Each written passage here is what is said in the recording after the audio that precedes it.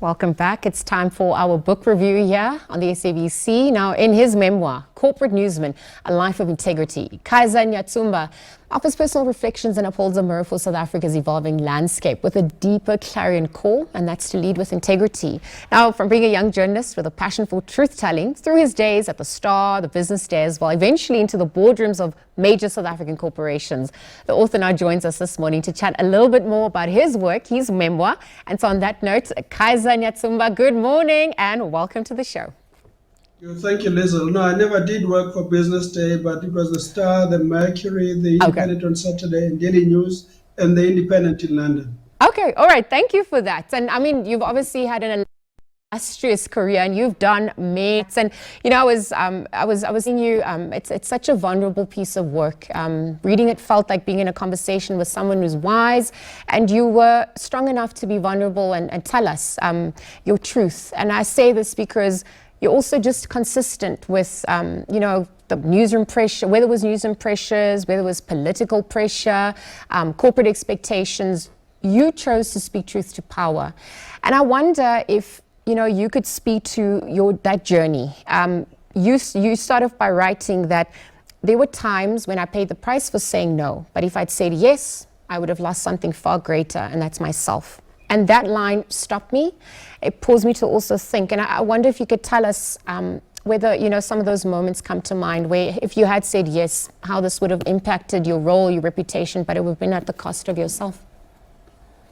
Thank you very much, Lizzle. As a person, I have always been independently minded. I do that which I consider at that particular moment to be the best for the circumstances. I've never been swayed by the wind. I've never taken a position because it happens to be the most popular or one that is likely to make me popular in certain quarters. And so that leads to situations where one has to call things as one sees them. And that's a great tribute for one to have, or character trait for one to have as a journalist.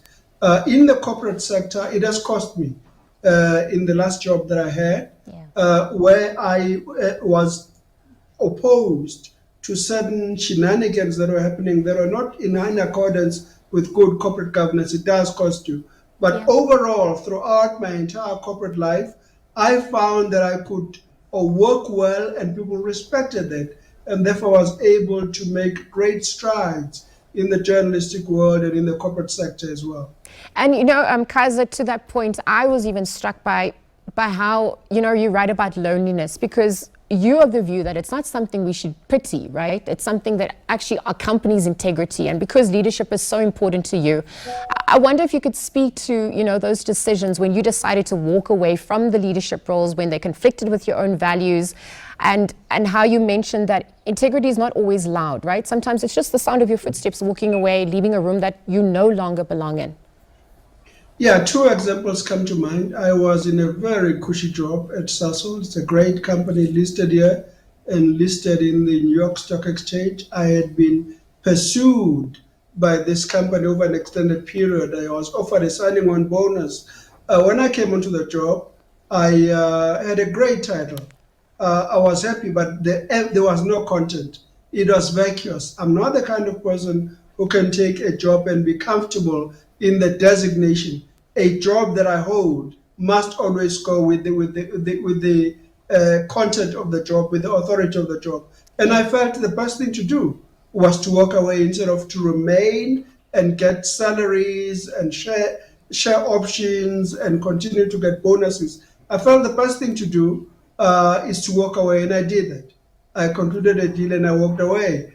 And at SIFSA, it was exactly a similar situation. It was an organization which, when I joined, was loss-making. Over an extended period, it had been making losses. And the board, when I joined, had approved a deficit budget that particular year. And the organizational culture was worse than in a public enterprise. So I changed all of that. I changed the organizational culture. I injected integrity into the organization, and I was able to get the company turned around to a profit-making entity within 3 years. And of course, you lead. Leadership does not make you popular. Leadership, by definition, means you have to take decisions you consider to be in the best interest of the entity that you made. There are those who will applaud that. There are those who will not be pleased by that. And over time, there was a particular board that was in place, in characters within that board that sought to pursue their own interests as opposed to the interests of the entity on whose board they served. I could not possibly keep quiet and continue to do my job. I confronted one such individual, and he undertook to correct that. And when things continued, I was about to bring this to the attention of the board when they turned against me. And that led to us parting ways with this organization. Because again, I could not possibly be in an unhealthy environment and keep quiet. Well, Kaizer, obviously speaking to that organizational shift and the culture that was necessary, that comes with leadership, to your point, and also transformation. But there's also cautioning against tokenism. That's another big theme that you also explore in your work, because in one of the chapters, you reflect on your time in corporate South Africa, and, you speak about how sometimes you're at the table, but it's not there because you need to speak or to be seen. It's just about filling a space. And obviously, Absolutely. If we look at agency and the power of representation, it obviously, we see those dynamics playing out. And you say it's a cruel form of theater. Talk to us about those powerful observations and how you aim to counter it in your journey as well. Observations regarding? Oh, just in terms of not being a token player, right? Oh, because you want to be at the table, have a voice. Yeah. Oftentimes it comes with just being decorative, right? That's counterproductive to the plight of our country and our people as well. And most certainly, regrettably, in the early days of transformation, there were individuals who allowed themselves to be used. I say in the early days, because I don't believe that there are individuals who to this day do that. If they do, that's a great pity.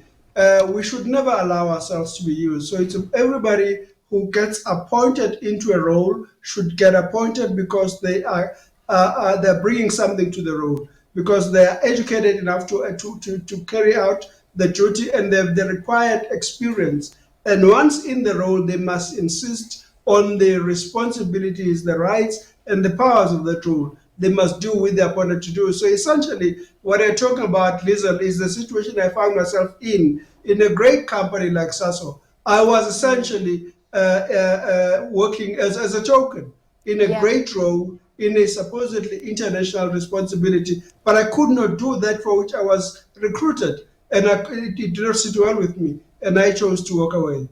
Yeah, and that truth telling is sobering, because I even want to fast forward to South Africa right now and the dynamics that are unfolding. In your closing lines, you are hopeful, but you say that we don't need more heroes, right? We need more honest people and people who are in ordinary places doing the right thing, and that's when no one is watching. Faith plays a major role. Your family, sacrifices that you've had to make along the way, and just also that legacy that you get to inherit, impart to your family, obviously, about being unapologetically yourself, but also maintaining your integrity and truth.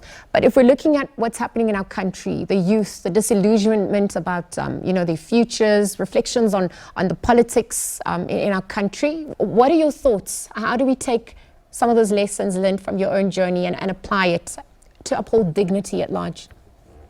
I think the biggest challenge is always personal. What kind of people do we want to be as individuals? Are we the kind of people who are reflective on what we do? Are we mindful of the impact of our actions? Are we ethical and are men and women of integrity? The answer for me lies in that.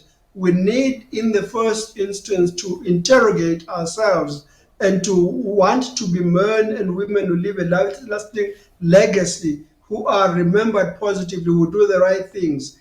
If we decide to do that, and indeed we live our lives in accordance with that, we'll hold ourselves accountable. We'll hold others accountable. Our country today is gone off the rails.